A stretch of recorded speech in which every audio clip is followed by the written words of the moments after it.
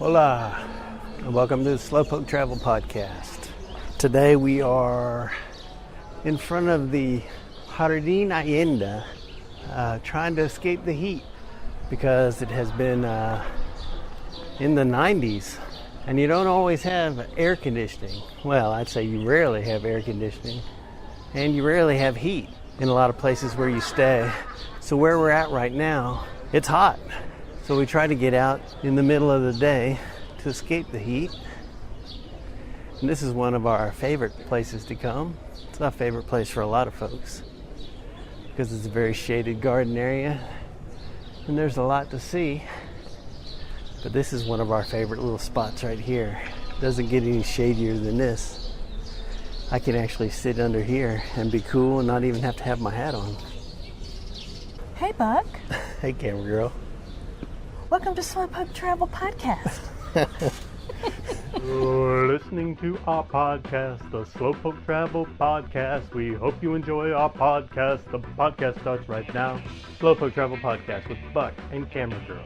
Ta-da! Okay, you just lost your intro bona fides. No, you always wait too long and you don't tell people what you're going to talk about. At the very beginning, people want to know. Here's the topic. I'm editing. Here's who we are. I'm editing the podcast, so it doesn't matter where I do the intro because I put it at the beginning no matter where I do it. But this is the Slowpoke Travel podcast. And we're sitting in front of a church and we're enjoying the shade. Church. Oh my gosh. Because it's too hot at the Airbnb where we're staying. Oh, I think it'd be okay right now. Do you? What time is it now? Yesterday, it's almost noon, isn't it? Yesterday and today we got a reprieve. It has not been 95 from 11 o'clock until 6:30.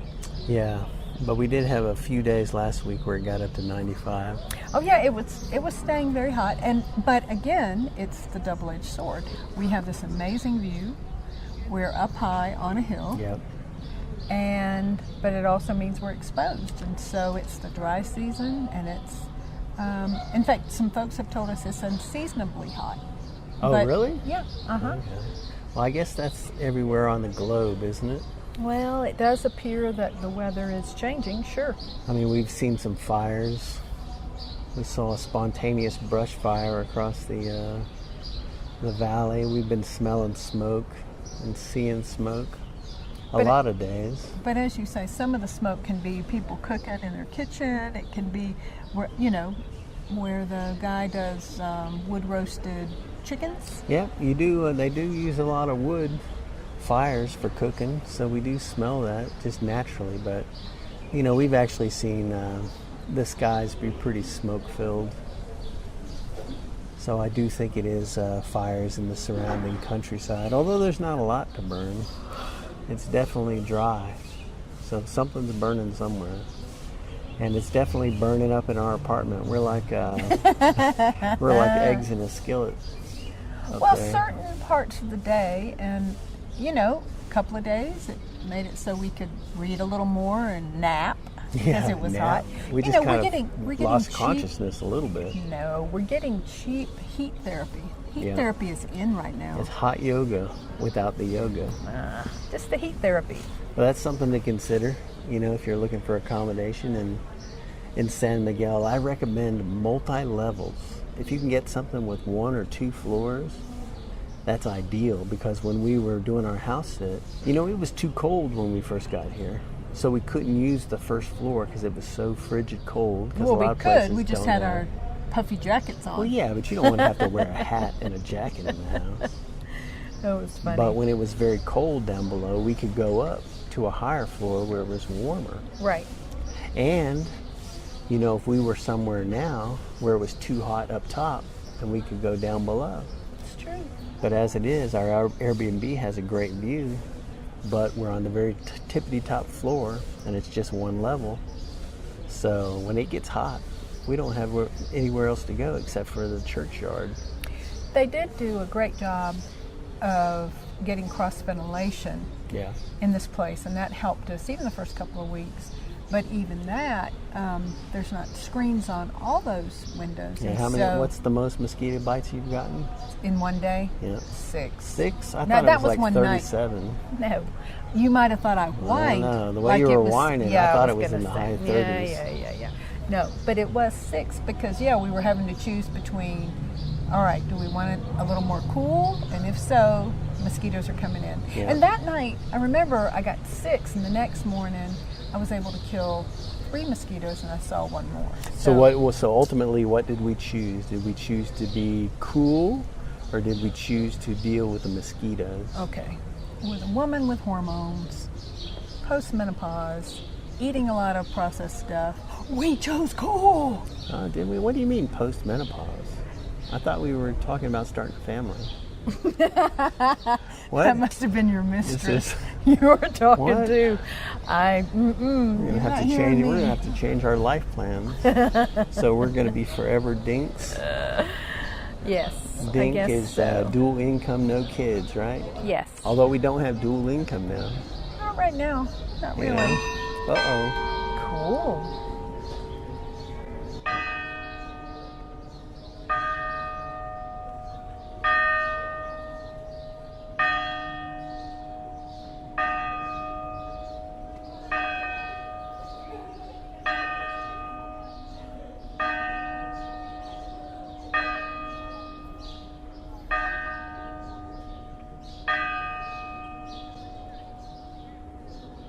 I'm not going to edit those bells out because I'm pretty sure that would be a sin.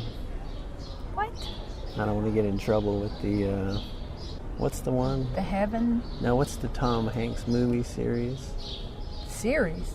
Bosom Buddies? No, Dan Brown books. What is that? The Illuminati? Oh. Yeah, the Illuminati. I don't want to get in yeah. trouble with the Illuminati. Well, they're in more than the Dan Brown books, the Illuminati.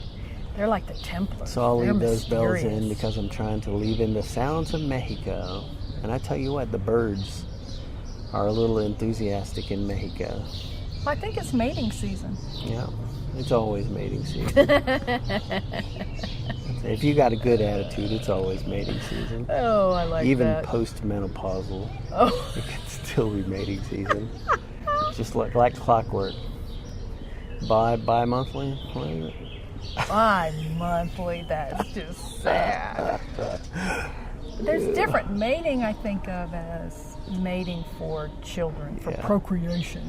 At That's different At than this fooling stage in around. life, I get more excited about mating on the chessboard.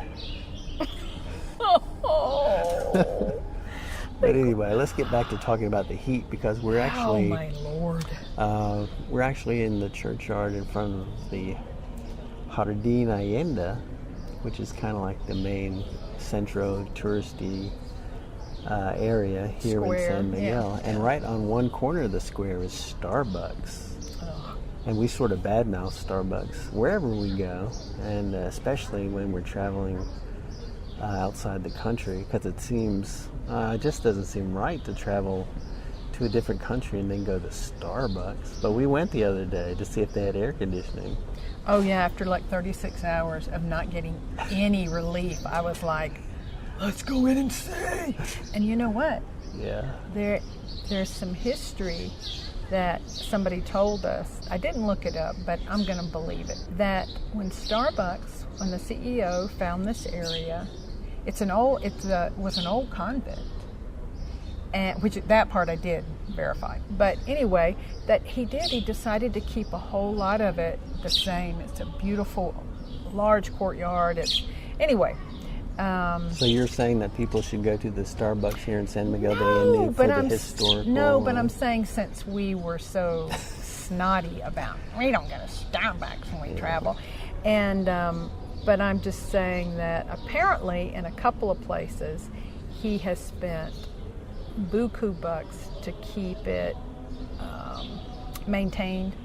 You're making me doubt the foundation of everything you say if you're going to start putting a positive spin on Starbucks. I'm being trying to on the damn rationalize town the square. fact that we went twice, because we went once when we went to a 4 Easter ceremony that ended like at 7 a.m. and Starbucks was the only place open, and we are coffee addicts, so we went in. Yeah. That was one time. If you want a coffee in San Miguel, in the central area, and you want it before 7 a.m., Before then 8, then really. Starbucks can help you out.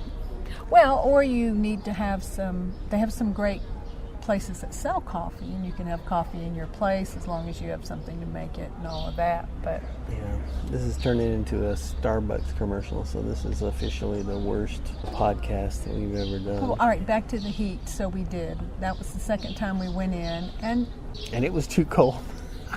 for you it was too cold. It I was can like tell you, sitting for in the me it was refrigerator. not. That's no good. No, I was another monarch butterfly. Is that a monarch? Yes. We haven't seen that many butterflies really in San Miguel. You do see a lot of butterflies in Mexico. Remember when we were staying in Morelia? Well, yes. You wanted to go to some sort of monarch. There was a sanctuary. Reading There's like festival. a reading festival. Well, everything you see. What time of year is that? Oh, I guess it's around this time of year, Yeah, isn't it's it? a couple of times that they're migrating and they just cover everything. It just looks surreal. And we like to be entertained with our sights. Yeah. People get excited about butterflies, but it just sounds like a bunch of bugs to me. Oh my Lord. Okay. It's sort of related to weather. The eclipse. People didn't know how to take you. People Oh were my getting all God. excited about the eclipse, and you go, I don't understand the big deal. It happens every night. Yeah.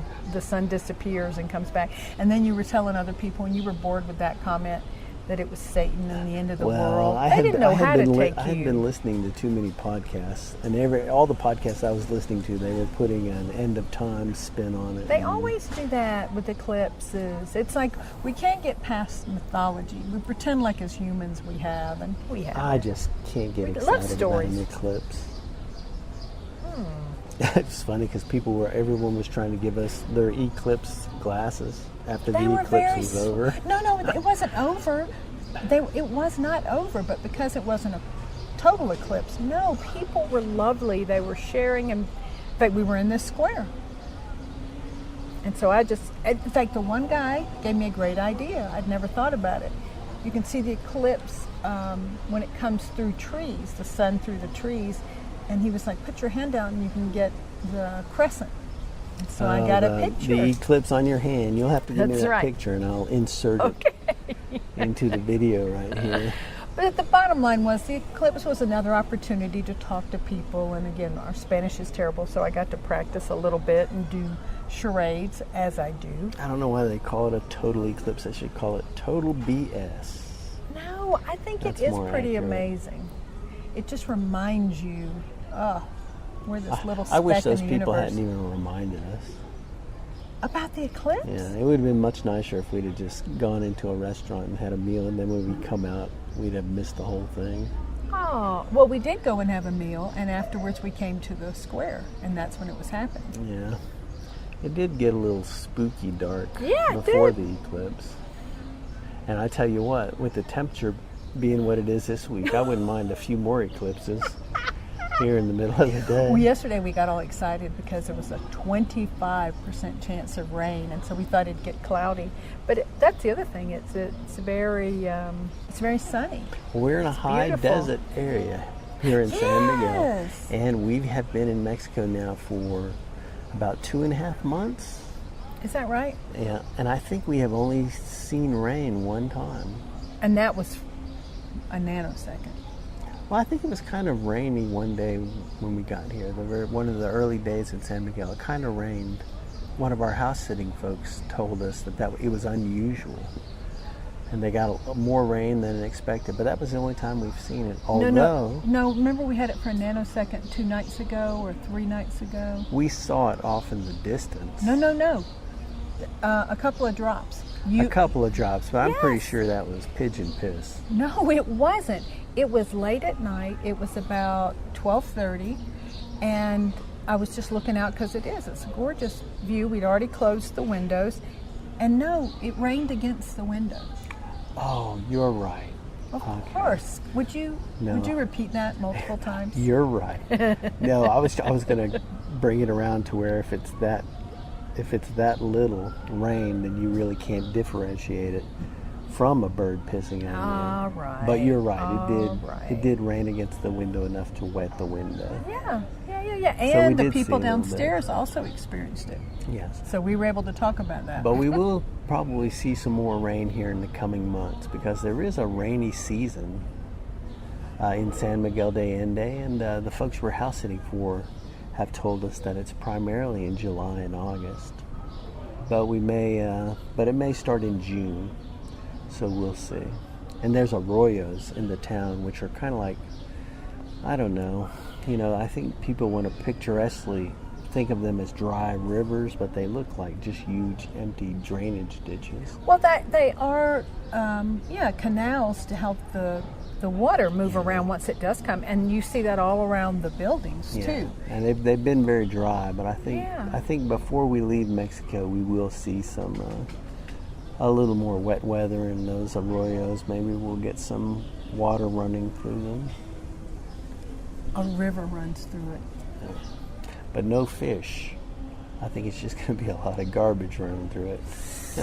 Yeah, there is a lot of garbage in some of the places now. There's a lot of trash in the arroyos. Yeah. Yeah, it's a little different than what we experienced in Cuenca. There was water running, all the time. But people were washing their clothes, so they weren't fishing that either. No. But it was a little more peaceful, a water feature. Yeah. Yeah, we got a comment the other day asking us to compare Cuenca to San Miguel de Allende. So we're gonna have to do that in depth in a video when we're finished here in San Miguel. So probably later on this year we'll make a more thoughtful video about I know what Buck will say first. Well, you don't know because I don't know. Yes, you do. Not really. And Ecuador, it won't be the only thing you say. I've been watching some of Don Shader's videos and a few other videos of people that are in Cuenca right now, and it just seems since we've left Cuenca, they've had some more high-profile issues with crime and now with power outages there. So I don't know. I really loved being in Cuenca and our trip to Ecuador, but we'll have to see how things pan out there. And we'll have to see how things pan out here because even though we've been here for a while, we're still in the infancy of our trip, really. It is nice to be somewhere for a longer period, so you just see things you wouldn't otherwise when you're just rushing from place to place, and you get to absorb more of a place, I think. Yeah, and that's why we're Slowpoke Travel. That's right. Because we were traveling just a month at a time, but we did 3 months in Cuenca, and now we're doing at least 5 months here in San Miguel. So we're slowing down even more. Although we have stayed in a couple of different places. Yeah. Different colonias. Yeah, we've been in different parts of town. Yeah. But we've still been able to walk everywhere that we want to go. Despite us falling off the wagon a little bit with pastries again, we both lost weight since we first got here, and we're moving. We come up hills. We always lose weight when we're traveling, and then we gain weight when we go back to Florida because we're both so depressed when we're in Florida. That is not accurate. Then how do you explain my weight gain in Florida? How long have I known you? Your weight gain does not yo-yo like it used to, so you're getting better. I eat my feelings, and a lot of times I feel like a donut. We'll just wrap it up here and just say that, if you're coming to Mexico, or if you're going to any country where heat and AC isn't standard in a lot of that's a lot Seattle of older in the U.S. too. Yeah, definitely in Seattle.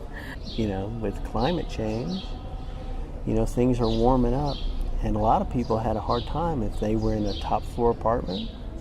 We were in a top floor apartment in Seattle, but we lucked out, and we were not on the sunny side of the building. Right.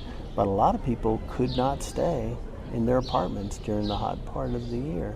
In fact, when we were looking at one apartment, remember the one we were looking at on the first hill, and the lady told us about how hot it gets, and she was kind of making a selling point of the communal area. She was saying this is where a lot of people hang out in the summertime when it's so hot. And I'm like, man, well, that's not a great selling point to tell me here's a place where I can hang out if I don't want to stay in my apartment because it's going to be too uncomfortable. Well, it depends. But so you're just saying, being here in San Miguel de Allende, you want people to be aware of the weather before they make their lodging. Well, I mean, if you can, if you want to get accommodations, having levels to your accommodation That's right. is a smart idea, because if you've got 2 levels, then if it's warm up top, you can go below where it's cooler, and if it's too cool, then you've got a level up top where you can go where it's warmer. You're too cool. Yeah. And with our next house sit, it's probably going to be too hot upstairs a lot of times, but we'll have a cool area down below to go to.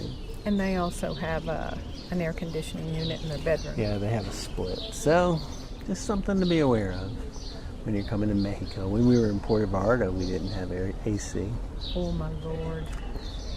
Well, and we've done the same thing here we did there, is before we leave, we have washcloths. You wet them, you put them in the refrigerator, you make sure you have ice in the freezer so that you can cool down if it's really hot. Put a big freezing cold wash rag on the top of your head.